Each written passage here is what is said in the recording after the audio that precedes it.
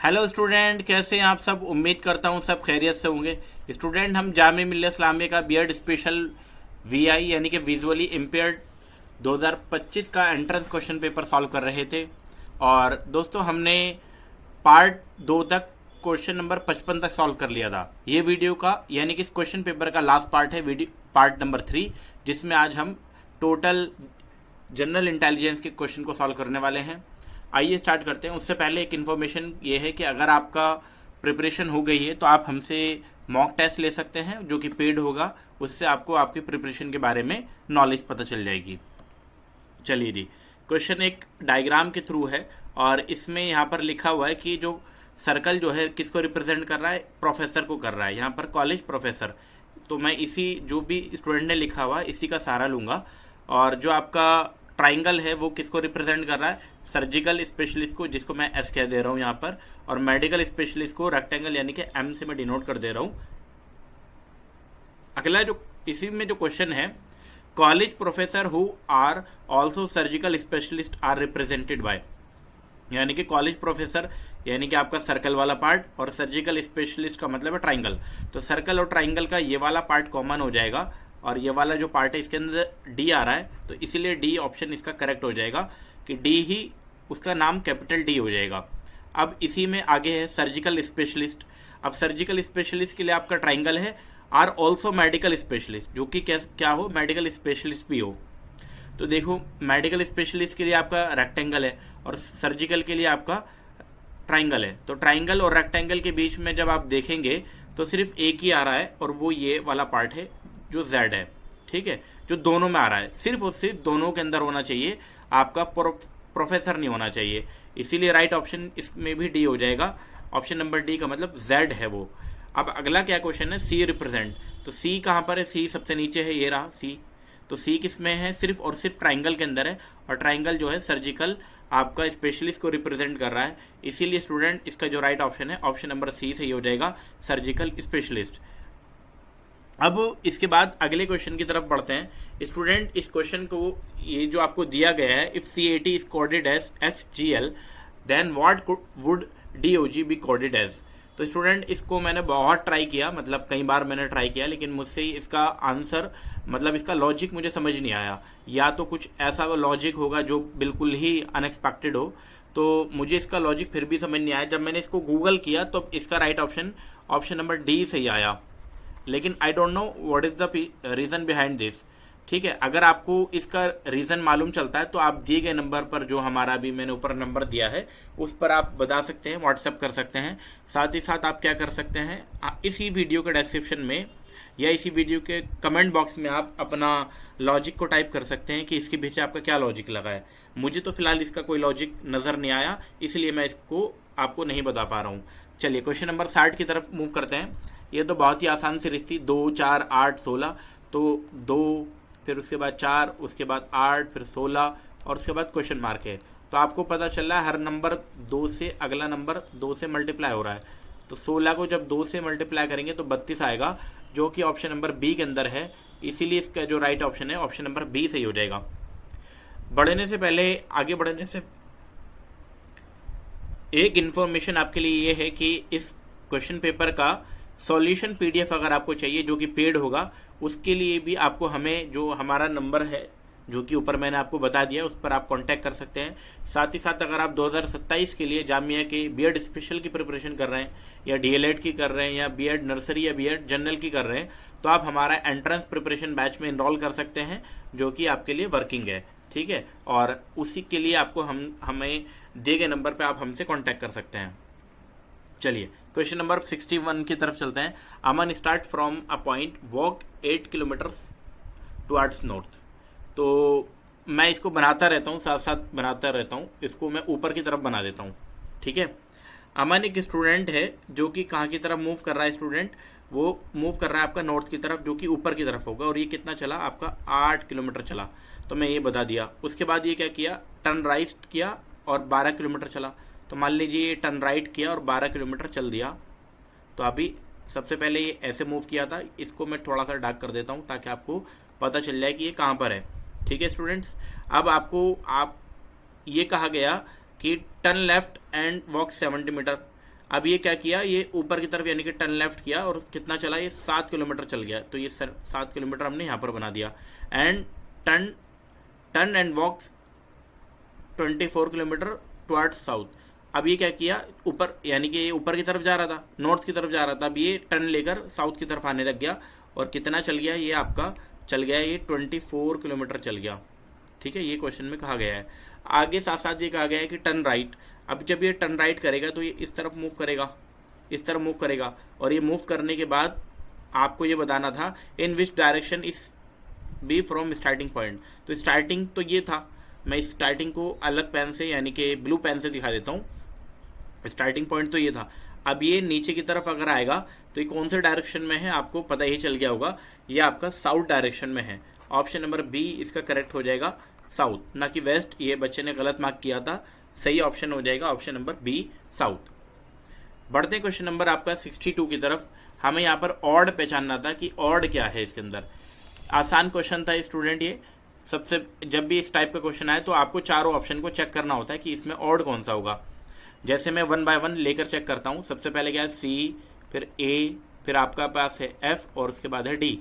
तो सी से ए जो हुआ वो -2 हुआ, ए से एफ जो हुआ वो +5 हुआ, और एफ से जो डी हुआ वो -2 हुआ। यानी कि -2 +5 और -2, ये एक सीरीज चली। मैं अगला जो नंबर लेके दिखा रहा हूँ यहाँ पर लिख देता हूँ TSW V।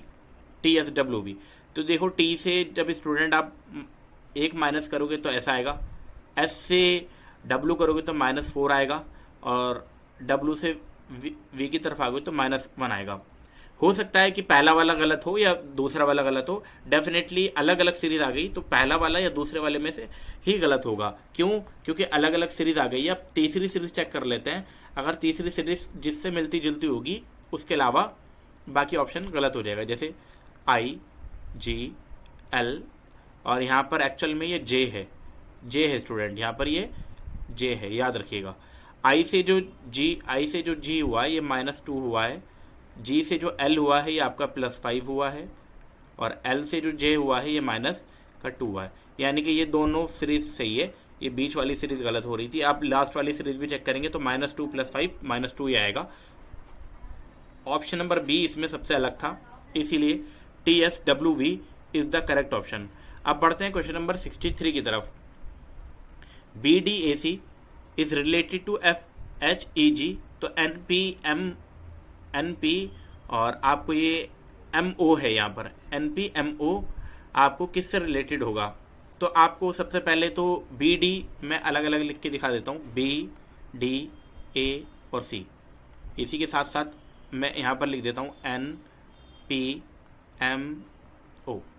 अब ध्यान से देखेंगे, जब ध्यान से क्या देखना है कि किसके नीचे क्या क्या चीज़ अवेलेबल है। B के नीचे क्या चीज़ अवेलेबल है स्टूडेंट? F है।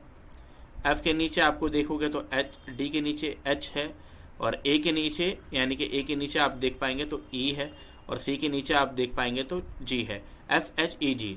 जब यहाँ पर आप चेक करेंगे तो +4 हो रहा है सब में, +4 इधर भी, +4 इधर भी, +4 इधर भी और +4 इधर भी। तो इधर भी क्या करना था? +4 करना था। N से जब +4 करेंगे तो आपके पास क्या आएगा स्टूडेंट? R आएगा। अब R जिस ऑप्शन में है वो ऑप्शन सही हो जाएगा, बाकी ऑप्शन गलत हो जाएंगे। तो 2 ऑप्शन तो पहले ही कट गए। अब P में भी +4 करो, P में भी +4 करोगे तो आपके पास T आ जाएगा, RT। अब RT एक ही ऑप्शन में है, ऑप्शन नंबर डी। आपको आगे चेक करने की ही ज़रूरत नहीं है स्टूडेंट, RTQS। फिर भी अगर आप चेक करना चाहें तो M में +4 करोगे तो Q आ जाएगा, और O में जब +4 करेंगे तो आपके पास S आ जाएगा। तो RTQS is the right option, जो कि ऑप्शन नंबर डी में है। अब क्वेश्चन नंबर 64 की तरफ मूव करते हैं, और ये भी एक आसान क्वेश्चन आपसे पूछा गया था। Peter walk 8 kilometre. Peter 8 kilometre चलता है और कहाँ की तरफ? वेस्ट की तरफ चलता है। चलिए ठीक है, वेस्ट की तरफ चलता है, एंड टर्न राइट। और कहाँ की तरफ राइट हो जाता है? आपका राइट की तरफ 3 किलोमीटर चल लेता है। Then the again he turn right and walk 12 kilometre. How far is he from the starting point? तो स्टार्टिंग पॉइंट से कितना दूर किलोमीटर है? तो स्टूडेंट मैं जो डायग्राम बच्चे ने बनाया हुआ है इसी को मैं आगे इसी को बढ़ाकर आपके लिए सॉल्व कर देता हूँ। चलिए, एक्चुअल में इस क्वेश्चन के अंदर जो है ना ऑप्शन आपके गलत दिए हुए हैं। मैं आपको बता देता हूँ कि पीटर जो है सबसे पहले कहाँ की तरफ चला, वेस्ट की तरफ चला। तो आपको पता है कि ये स्टार्टिंग पॉइंट मान लेता हूँ मैं, जो भी आपके लिए हाईलाइट कर रहा हूँ, और ये वेस्ट की तरफ, ये इस तरफ चलेगा। ठीक है, ये 8 किलोमीटर चल गया। अब ये राइट टर्न किया तो ऊपर की तरफ आ गया, और कितना चला, 3 किलोमीटर। और वहाँ से वो राइट टर्न लेकर कितना चला, अगेन राइट टर्न लेकर वो 12 किलोमीटर चला है। तो डेफिनेटली आगे की तरफ बढ़ जाएगा, ये 8 हो जाएगा, बचा हुआ कितना है 4, ये कितना हो जाएगा 3। तो यही इसका पॉइंट हो जाएगा। ये जब पाइथागोरस थ्योरम आप लगाएंगे तो 5 किलोमीटर आएगा। कैसे, 4 का स्क्वायर प्लस 3 का स्क्वायर, 4 का स्क्वायर और 3 का स्क्वायर, और उसको अंडर रूट में ले लेंगे तो 16 प्लस 9, 16 प्लस 9 आपका 25 होता है। 25 किसका रूट होता है, 5 का। तो 5 इसका राइट ऑप्शन होना था, लेकिन मुझे लगता है कि इन्होंने लॉन्गेस्ट डिस्टेंस पूछा होगा। तो लॉन्गेस्ट क्या होगा कि भाई पहले बंदा यहाँ से यहाँ जाए 3 किलोमीटर, फिर वहाँ से वहाँ जाए। तो 3 और 4 मिला के ऐसे ही इन्होंने, हो सकता है मे बी 7 किलोमीटर इसका फाइनल आंसर दिया हो सकता है, क्योंकि ऑप्शन इसमें गलत है। अगर यहाँ पर स्टार्टिंग पॉइंट से पूछा जाएगा तो डेफिनेटली मिनिमम तो 5 किलोमीटर होगा, लेकिन अगर ये लॉन्गेस्ट देखा जाए तो 7 किलोमीटर इसका राइट ऑप्शन आ सकता है। तो मैं इस क्वेश्चन को ऐसे ही छोड़ देता हूँ आपके लिए कि पूछा, मतलब क्लियर क्वेश्चन नहीं है कि क्या पूछा गया है, लेकिन अगर ये क्वेश्चन आता तो आप 7 किलोमीटर को मार्क कर सकते थे। अब बढ़ते हैं क्वेश्चन नंबर 65 की तरफ। Ashok mothers was 3 time as old Ashok 5 year ago. After 5 year she will be twice as old as Ashok. How old is Ashok today.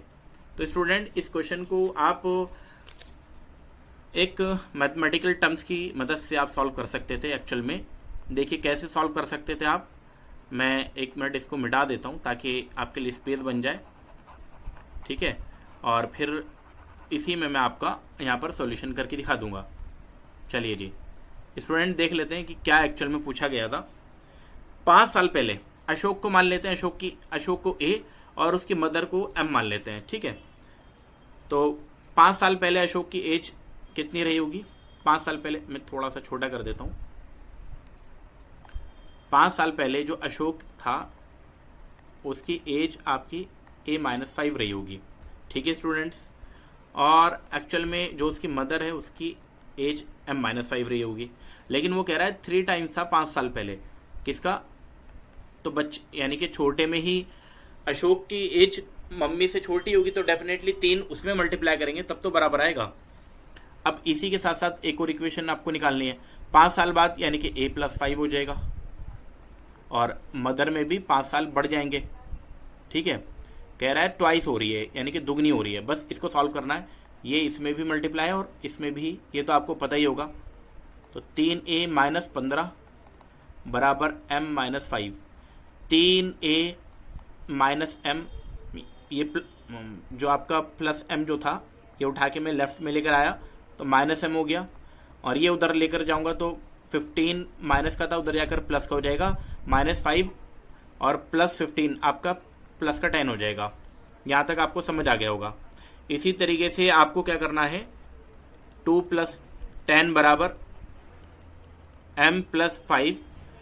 तो जब आप इसको सॉल्व कर रहे होंगे तो फिर 2A - M, और एक्चुअल में यहाँ पर -5 आ जाएगा क्योंकि 10 इधर जाकर माइनस हो जाएगा तो -5 आ जाएगा।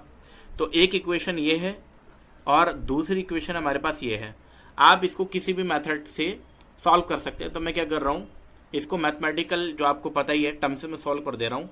3A - 5 बराबर 10, 2A - M बराबर -5। तो मैं M को काट रहा हूँ क्योंकि मुझे अशोक चाहिए, तो इसको मैं क्या कर दे रहा हूँ, साइन बदल दे रहा हूँ। तो M से M क्या हो जाएगा, कैंसिल हो जाएगा। 3A में से 2A जाएगा तो ओनली A बचेगा यानी कि अशोक, और 10 और 5 मिला के कितना हो जाएगा, 15 हो जाएगा। तो अशोक की उम्र कितना आ गई स्टूडेंट्स, 15 साल आ गई, जो कि ऑप्शन नंबर आपका सी में गिवन था। क्या सी में क्या गिवन था, 15 साल। अब बढ़ते हैं स्टूडेंट क्वेश्चन नंबर 66 में, जो कि ऑप्शन, ये क्वेश्चन आपका मिसप्रिंट है, यानी कि इसमें कुछ क्वेश्चन गिवन ही नहीं है। हो सकता है जिस स्टूडेंट ने क्वेश्चन पेपर हमें भेजा हो वहाँ से सही PDF ना बन पाया हो, तो इस क्वेश्चन को हम यही छोड़ देते हैं क्योंकि इसमें क्वेश्चन ही गिवन नहीं है। बढ़ते हैं क्वेश्चन नंबर 67 की तरफ, और इसमें क्या कहा गया है, पॉइंटिंग टू अ वुमन, यानी कि एक वुमन की तरफ इशारा करते हुए नमन कहता है, she is the daughter of the only child of my grand mother, how is the woman relate to Naman. तो नमन कैसे रिलेट कर रहा है अपनी मॉम से, ये आपको बताना है। ठीक है, तो हम 1 बाय 1 क्वेश्चन को सॉल्व करेंगे और जैसे जैसे पॉइंट में कहा गया है वैसे वैसे सॉल्व करेंगे। ठीक है स्टूडेंट्स, तो क्वेश्चन के अकॉर्डिंगली ये कहा गया है कि she is the daughter of the only child. ठीक है, she is the daughter of the only child of my grand mother, यानी कि only child of my grand mothers का क्या मतलब हो जाएगा, only child of grand mother का मतलब यह होगा कि नमन के जो पेरेंट्स है, अब वो पेरेंट्स में या तो फादर हो या मदर हो, कुछ भी हो सकता है।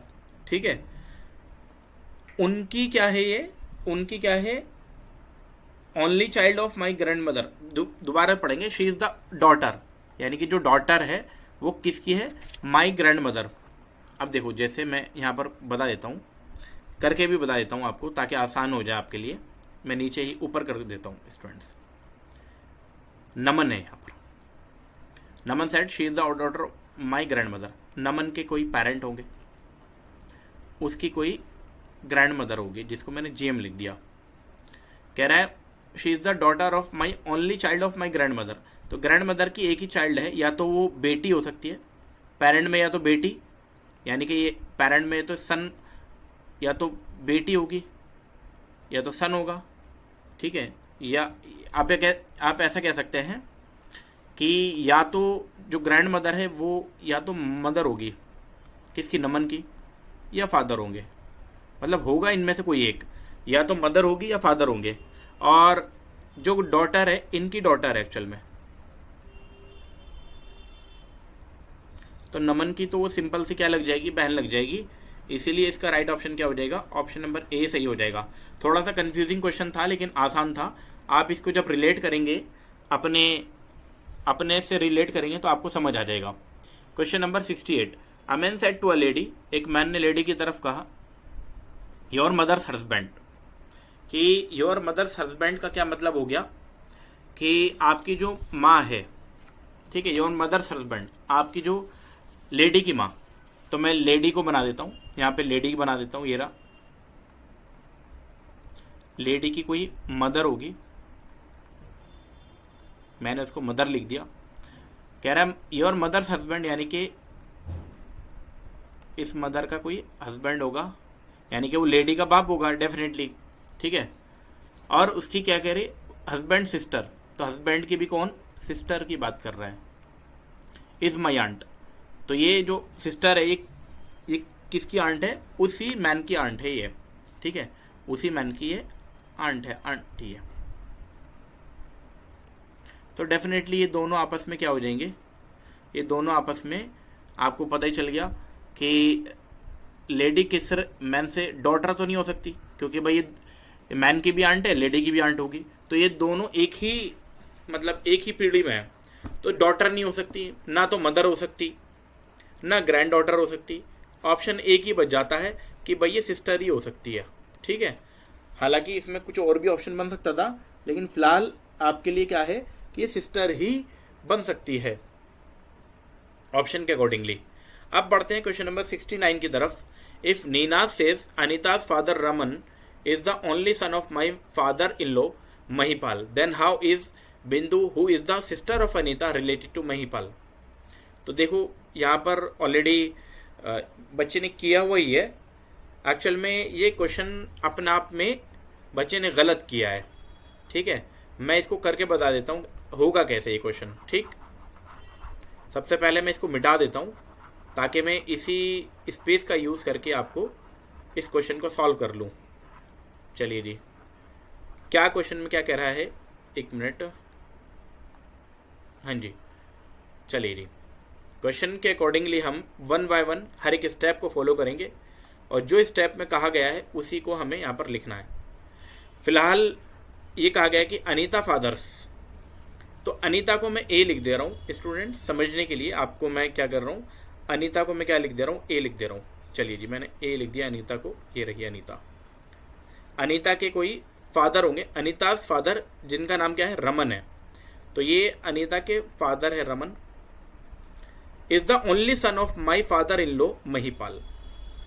ठीक है, महिपाल इज द ओनली सन, यानी कि ये जो रमन है ये ओनली सन है किसके, महिपाल के, महिपाल के ओनली सन है। यानी कि अनीता और महिपाल का रिलेशन क्या हो गया, महिपाल जो है अनीता का दादा हो गया, सिंपल सी बात हो गई। कह रहा है जो रमन है वो बाप है और महिपाल उसका अनीता का दादा है। यहां तक तो आपको समझ आ गया होगा, यहां तक कोई डाउट। कह रहा है Anita's father Raman is the only son of my father in law. तो नीना कह रही है ना ये बात, तो नीना के ये फादर इन लॉ लगे और ये कह रहा है कि ओनली सन हुआ, तो नीना और रमन एक दूसरे के क्या हुए, हस्बैंड वाइफ हो गए। ये दोनों एक दूसरे के हस्बैंड वाइफ हो गए क्योंकि महिपाल का एक ही बेटा था और रमन था, और नीना के ससुर जो थे फादर इन लॉ थे वो महिपाल था। ठीक है, अब ये कह रहा है फादर, देन हाउ इज बिंदु, बिंदु who is the sister of Anita. जो बिंदु है ये अनीता की सिस्टर है, तो ये महिपाल से क्या लगेगी, महिपाल की भाई क्या लगेगी, भतीजी, नीच तो नहीं लगती, ना डॉटर ना वाइफ। तो राइट ऑप्शन क्या हो जाएगा, नन ऑफ दीज हो जाएगा, क्योंकि ये ग्रैंड डॉटर लगेगी। आपको पता ही आ गया होगा ये एक्चुअल में बिंदु क्या लगेगी, ये लगेगी। इसका राइट ऑप्शन अगर यहाँ पर ग्रैंड डॉटर होता तो यही फाइनल आंसर होता कि ये इसकी पोती लगती, ग्रैंड डॉटर।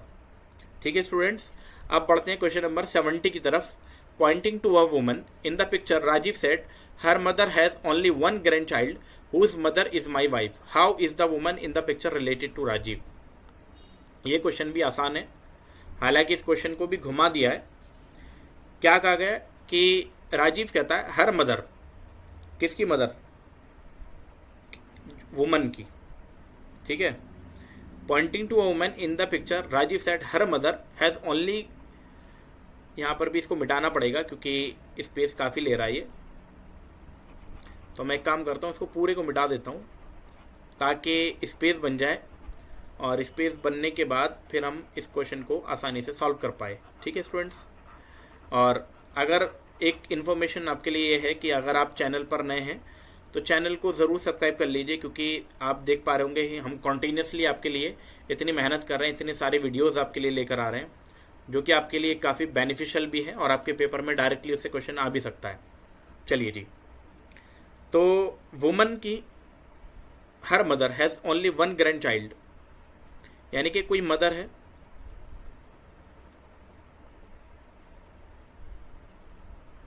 एक मिनट मैं थोड़ा सा नीचे करके लिख देता हूं इसको ताकि और आसान हो जाए आपके लिए। पॉइंटिंग टू अ वुमन, एक मतलब एक वुमन की तरफ इशारा करते हुए राजीव कहता है, मतलब पिक्चर की तरफ इशारा करते हुए राजीव कहता है हर मदर, किसकी, यानी कि जो पिक्चर वाली है उसकी मदर। ठीक है, यानी कि ये वुमन है, वुमन की कोई मदर होगी जिसको मैंने ऊपर मदर ही लिख दिया। Has only one grand child, यानी कि इसकी जो मदर है वुमन की, उसके पास एक ही ग्रैंड चाइल्ड है, तो ग्रैंड चाइल्ड इसका मतलब ये वुमन की डॉटर ही एक है बस। अब ग्रैंड चाइल्ड में आपका कुछ भी हो सकता है, डॉटर भी हो सकता है, तो इसीलिए मैं यहाँ पे ये नहीं लिखता हूँ क्योंकि एक्चुअल में डॉटर भी हो सकता है और सन भी हो सकता है, तो ग्रैंड चाइल्ड ही लिख देता हूँ मैं। तो ये कह रहा है grand child whose mother is my wife, उसकी जो मदर है यानी कि ये जो वुमन है ये किसकी वाइफ है, ये राजीव की ही वाइफ है। यानी कि जो बात कर रहा है राजीव वो अपनी वाइफ की बात कर रहा है। How is woman in the picture related to Rajiv, तो जो पिक्चर में है वो राजीव की क्या है, वाइफ है, बीवी है। अब बढ़ते हैं क्वेश्चन नंबर 71 की तरफ, और ये बहुत ही आसान क्वेश्चन है। जब भी ऐसा क्वेश्चन आएगा आपको हर एक ऑप्शन को वेरीफाई करके चेक करना पड़ेगा। तो सबसे पहले हम ऑप्शन ए को ही वेरीफाई कर लेते हैं। 16, अब यहाँ पर प्लस है, प्लस की जगह आप देख पा रहे हैं मल्टीप्लिकेशन, यहाँ पर लिखा हुआ है मल्टीप्लिकेशन, तो मैं क्या कर रहा हूँ 16 × 5। उसके बाद यहाँ पर क्या है माइनस, माइनस का मतलब यहाँ पर डिवाइड है, तो डिवाइड 10 से हो रहा है तो 10 लिख दिया। मल्टीप्लिकेशन का क्या मतलब है स्टूडेंट, ऑलरेडी गिवन है, मल्टीप्लिकेशन का मतलब है प्लस, तो प्लस लिख दिया और 4 आ गया। और उसके बाद आपका डिवाइड का क्या मतलब है, डिवाइड का मतलब है -3 आ जाएगा। और ये इक्वल के बाद देखते हैं क्या सॉल्यूशन आएगा। तो यहाँ पर 16 × 5 और ये डिवाइड हो रहा है 4 से 10 से सॉरी, और ये 4 और -3, 16 पंजे हो जाता है 80, 4 -3 करेंगे 10 से ये कैंसिल हो जाएगा कितनी बारी में, 8 बारी में, 8 + 4 12, और 12 में से 3 जाएंगे तो 9, जो कि ऑप्शन नंबर आपके राइट हैंड साइड में भी, ये राइट हैंड साइड में भी यही गिवन था, यानी कि यही ऑप्शन वेरीफाई हो जाता है। इसीलिए इसका राइट ऑप्शन नंबर ए सही हो जाएगा। आगे आपको चेक करने की ही ज़रूरत भी नहीं है। अब बढ़ते हैं क्वेश्चन नंबर 72 की तरफ। चूज द वर्ड फ्रॉम, यहाँ पे आपको अलग वर्ड को पहचानना था, यानी कि ऑड वन आउट करना है। Iron, potassium, sodium, chlorine. तो इसका राइट ऑप्शन क्या है, ऑप्शन नंबर डी। आपको समझ आ ही गया होगा क्यों, क्योंकि आयरन, पोटेशियम, सोडियम जो है मेटल है, और क्लोरीन क्या है आपका नॉन मेटल की कैटेगरी में आएगा, या आप कह सकते हैं कि गैस है, बाकी आपकी क्या है सॉलिड है। ठीक, ऐसा भी आप कर सकते थे। क्वेश्चन नंबर 73, यहाँ पर भी आपको ऑड वन पहचानना था। Condensation, filtration, sublimation, decantation. तो कंडेंसेशन, सब्लिमेशन, डिकेंटेशन ये स्टेट ऑफ मैटर में कन्वर्जन में हेल्प करते हैं, लेकिन फिल्ट्रेशन ऐसा कोई भी ऑप्शन नहीं है। इसीलिए राइट ऑप्शन क्या हो जाएगा, ऑप्शन नंबर बी सही हो जाएगा। अब यहाँ पर क्वेश्चन नंबर 74 में भी चलते हैं। यहाँ पर भी आपको अलग पहचानना था। फिश को पालने को या उसकी फिशिकल्चर कहा जाता है, बिल्कुल सही है। बर्ड्स को हॉर्टिकल्चर कहा जाता है क्या, ये अपने आप में ही आपका क्या है, गलत है। ठीक है।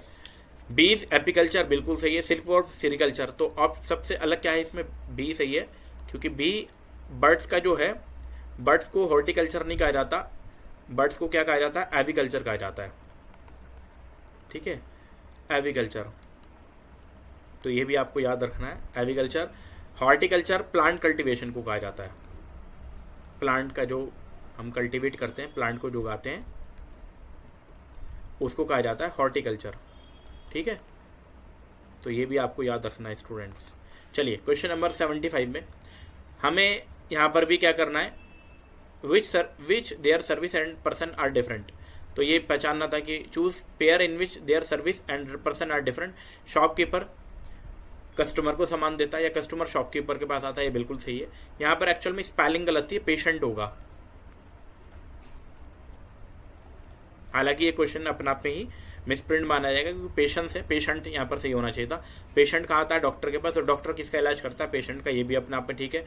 क्लाइंट किसके पास जाते हैं, लॉयर के पास कौन आता है, क्लाइंट, ये भी अपने आप में ठीक है। ये डी इसमें सही हो जाएगा, यानी कि डी सबसे अलग हो जाएगा, क्योंकि टीचर के पास बच्चे आते हैं पढ़ने के लिए, और बच्चों को टीचर पढ़ाता है, ना कि स्कूल आता है उनके पास। ठीक है। अब इसके बाद स्टूडेंट क्वेश्चन नंबर आपका 76 की तरफ चलते हैं, जो कि मिस प्रिंट है क्वेश्चन के अंदर। मिस प्रिंट क्या है मैं आपको बता देता हूँ। एक्चुअल में क्वेश्चन कुछ और है, और जो आपको दिया गया है कुछ और दिया गया है। तो मैं आपको पूरा क्वेश्चन पहले लिख देता हूँ, और उसके बाद फिर इसका सॉल्यूशन भी आपके लिए लिख दूंगा। ठीक, तो चलिए क्वेश्चन को सबसे पहले बता देता हूँ क्वेश्चन एक्चुअल में है क्या।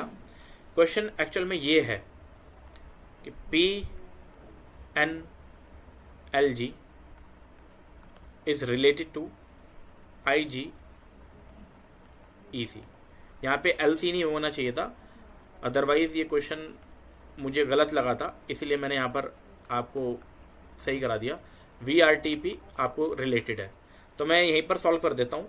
यहीं पर सॉल्व कर देता हूँ का मतलब है PNLG के नीचे ही मैं इसको लिख देता हूँ सॉल्यूशन को, IGEC। जब आप इसको सॉल्व कर रहे होंगे तो आप ये पाएंगे कि P से I -7 हुआ, N से -7 हुआ, L से -7 हुआ, और G से -7 हुआ। तो बस VTRP को भी -7 करो। ये -7 करोगे तो आपके पास O आएगा, उसके बाद -7 करोगे तो आपके पास M आएगा, फिर -7 करोगे R से तो आपके पास K आएगा, और P से -7 करोगे तो I आएगा। तो ऑप्शन क्या बनने वाला था, OMKI, जो कि यहाँ पर आपका एक्चुअल में ये O था, कि क्यों नहीं है, ये O है।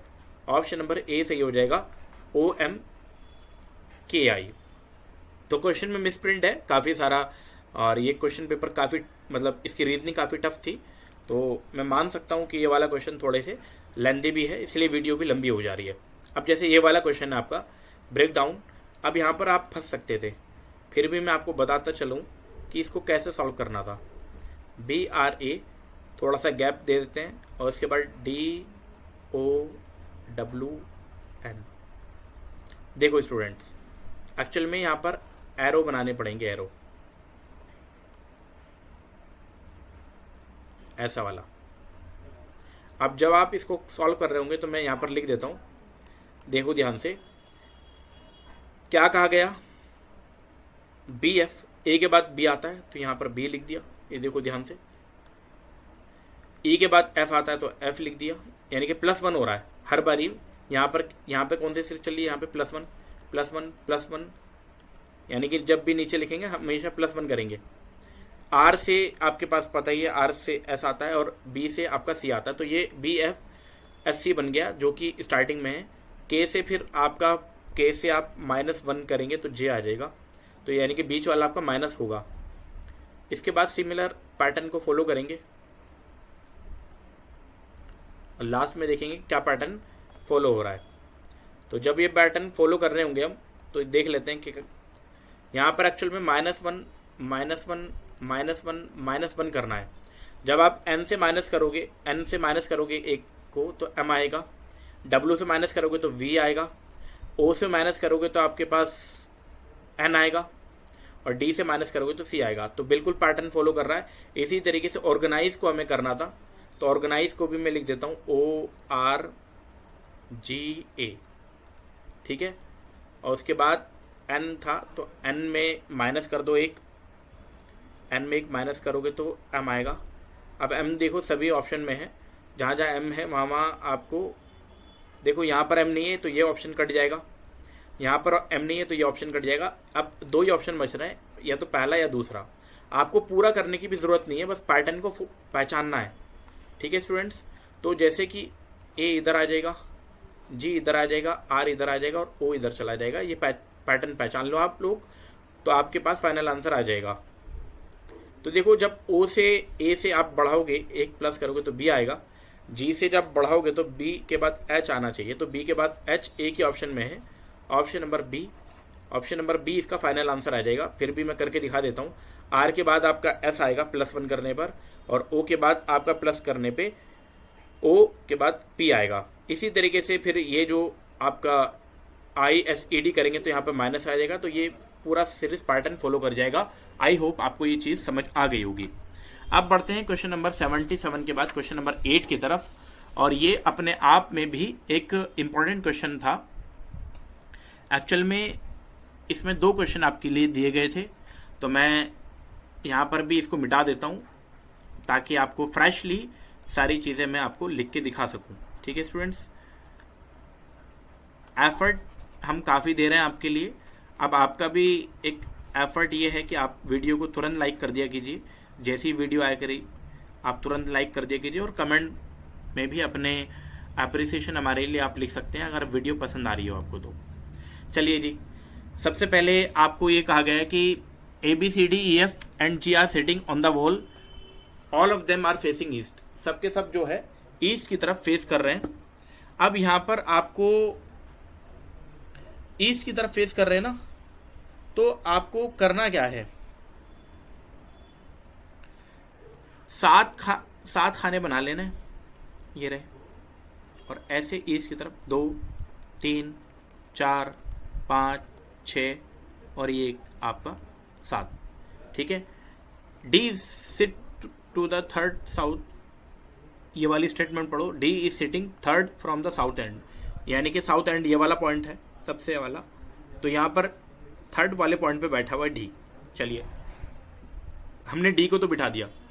सी is on the immediate right of D, C जो है डी के राइट में है, तो इसका राइट यहाँ होगा, तो सी को भी मैंने बिठा दिया है, ठीक है स्टूडेंट्स।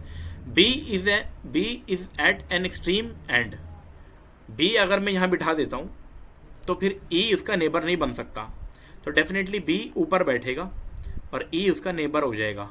ठीक है स्टूडेंट्स, तो आपको समझ आ गया होगा कि बी को मैंने यहाँ क्यों नहीं बिठाया, क्योंकि ई उसका नेबर था। आगे कहा गया कि G is between E and F, कि जी जो है ई के बीच में बैठा है और एफ के बीच में, तो एफ यहाँ पर आ जाएगा, एक बचा ए यहाँ आ जाएगा। तो ये पैटर्न फॉलो होगा आपका। अब क्वेश्चन में कहा गया है who is sitting to the right of E, E के राइट में आपका जी बैठा हुआ है, जो कि किसी भी ऑप्शन में नहीं है, इसलिए इस क्वेश्चन के रॉन्ग ऑप्शन आपके गिवन थे। ऑप्शन ही सारे रॉन्ग गिवन है। एक्चुअल में राइट में ई के राइट में जी बैठा हुआ है, जो कि किसी भी ऑप्शन में आपके लिए नहीं गिवन है। 79 की तरफ चलते हैं स्टूडेंट्स। 79 में क्या कहा गया है, immediately between which of the following pairs people is D sitting.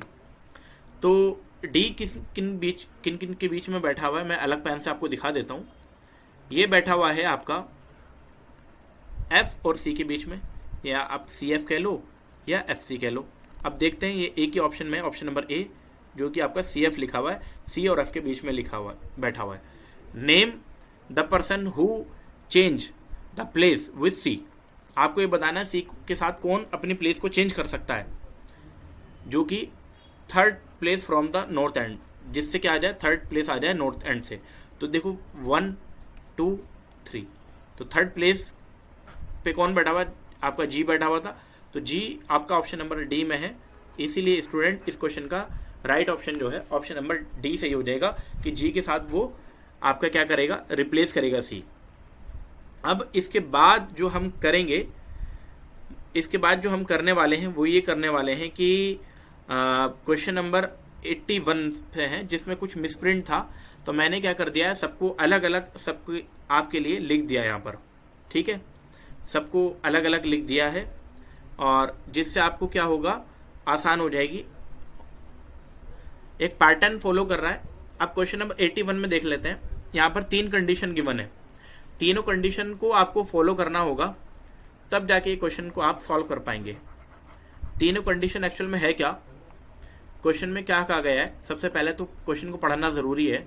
How many such symbol are there in the above arrangement, each of which is either immediately followed by a number or immediately preceded by a letter but not both. ये 3 condition है। सबसे पहली condition क्या है कि symbol तुरंत number के बाद हो। ठीक है, सिंबल नंबर के बाद हो, यानी कि जैसे कुछ भी सिंबल ले लेता हूँ, जैसे इक्वल का सिंबल ले लूँ, वो नंबर के बाद हो। दूसरी जो कंडीशन है, सिंबल तुरंत लेटर से पहले हो। अगर मैं सिंबल आपका इक्वली ले लूँ तो वो किससे पहले हो, जैसे आपका एस है, एस आपका लेटर है, लेटर से पहले हो। और तीसरी कंडीशन ये है कि दोनों कंडीशन एक साथ ना आई हो। मतलब तीसरी जो कंडीशन है वो क्या मतलब है, जैसे अगर मैं ऐसे लिख देता हूँ 2 बराबर ऐसे लिख देता हूँ, तो ये सिंबल है, सिंबल से पहले नंबर भी आ गया और सिंबल के बाद लेटर भी आ गया, तो ये कंडीशन फॉलो नहीं होनी चाहिए। अब ये आपका ऐसा क्वेश्चन है जो कि आपको टाइम लगा सकता है अगर आपको क्वेश्चन समझना है तो ऐसे कितने नंबर को फॉलो करेगा। तो सबसे पहले हम क्या करेंगे, आपको करना क्या है, सबसे पहले मैं इसका राइट ऑप्शन बता दूं। इसका right option option number C है। कैसे सी है, ध्यान से देखेंगे स्टूडेंट्स। देखिए, सबसे पहले एक लेटर मैं यहाँ पर ना आपको हाईलाइट कर दे रहा हूँ। एक सिंबल ये है, एक सिंबल ये है, फिर एक सिंबल आपका ये है, एक सिंबल ये है, एक सिंबल ये है और एक सिंबल ये है। ये सारे के सारे आपके सिंबल हैं। देखो जी, 2 से इक्वल से पहले 2 आ गया और इक्वल के बाद एस आ गया, तो ये कंडीशन फॉलो हो गई। तो इसका मतलब जो है इक्वल हम नहीं लेंगे, तो इक्वल वाला कोई भी कंडीशन सेटिस्फाई नहीं करेगा। अब ये आपका पाउंड वाला, पाउंड से पहले एक लेटर है, तो पाउंड से पहले यानी कि सिंबल के बाद लेटर हो सकता है या उसके पहले। तो मैंने कहा था सिंबल के बाद लेटर हो सकता है, तो डेफिनेटली सिंबल के बाद क्या है, आप देख पाएंगे कि सिंबल के बाद एक एक्स आया हुआ है, तो ये वाला हम ले लेंगे, तो 1 बन गया हमारे यहाँ पर। इसी तरीके से हम ये वाला ले लेते हैं, देखो ध्यान से। तो ये क्या है, ये आपका इससे पहले लेटर आ गया और लेटर के बाद कोई नंबर आ गया, तो ये फॉलो नहीं करेगा, ये तो फॉलो ही नहीं कर रहा है। अब ये देखो ध्यान से, जो आपका हैश ये जो आया है डॉलर, डॉलर से पहले क्या है आपका नंबर है, लेकिन नंबर के बाद तुरंत ही क्या आ गया, तुरंत ही लेटर आ गया, तो ये भी हम नहीं लेंगे, ठीक है, ये भी हम नहीं लेंगे, ना ये लेंगे, सिर्फ अभी तक एक ही फॉलो किया है। अब अगला जो है आपका एट द रेट है, एट द रेट से पहले आपका क्या है, बी है, और आपका एट द रेट के बाद डब्ल्यू है, तो ये फॉलो कर गया, डेफिनेटली ये फॉलो कर गया, तो ये वाला हम ले लेंगे, ये नंबर 2 बन गया हमारा, ठीक है। अब इसके बाद स्टूडेंट हैशटैग है, हैशटैग से पहले आपका क्या है, हैशटैग से पहले आपका नंबर है, तो नंबर तो हो सकता है, लेकिन नंबर के सिंबल के तुरंत बाद आपका लेटर आ गया, जो कि नहीं हो सकता, इसलिए हैशटैग को भी नहीं लेंगे, सिर्फ 2 ही नंबर फॉलो करेंगे। आपका एक आ गया पाउंड और एक आ गया आपके पास at the rate. I hope आपको ये चीज़ समझ आ गई होगी। चलिए अगले क्वेश्चन की तरफ भी मूव करते हैं, और यहाँ पर भी मैं आपको बता देता हूँ। अब इसमें लेटर का पूछा है, कंडीशन क्या है, मैं कंडीशन पढ़ देता हूँ आपके लिए। नंबर के बाद लेटर आए, नंबर के बाद लेटर आए का मतलब जैसे कोई नंबर हो, नंबर के बाद कोई क्या है, लेटर आए, जैसे कोई नंबर लिखा है, उसके बाद लेटर आ गया, ठीक है। और दूसरी, ये पहली कंडीशन है। दूसरी क्या कंडीशन है, सिंबल से पहले लेटर आए, मतलब कोई भी सिंबल हो, जैसे आपने मैं एक एग्जांपल के तौर पे सिंबल ले लेता हूँ डॉलर का, डॉलर से पहले क्या ले लूँ, कोई भी लेटर ले लूँ, जैसे मैं पी ले लेता हूँ, तो ऐसे हो सकता है। तीसरी जो कंडीशन है क्या, कि दोनों एक साथ ना आए, तीनों एक साथ नहीं आए का क्या मतलब है कि आपका जैसे 2 एस और आपका एट द रेट, यानी कि जो इसमें नहीं आएगा, इसका मतलब क्या है कि नंबर के बाद लेटर एक ही 9 के, देखो ध्यान से, मतलब तीसरी बट नॉट बोथ का क्या मतलब है कि सिंबल से पहले लेटर ना आए, सिंबल से पहले नंबर ना आए, और सिंबल के मतलब सॉरी मैं दोबारा से इसको बोल देता हूँ, लेटर से पहले कोई नंबर ना आए और लेटर के बाद कोई सिंबल ना आए, ऐसा नहीं होना चाहिए, दोनों एक साथ नहीं आने चाहिए, ठीक है।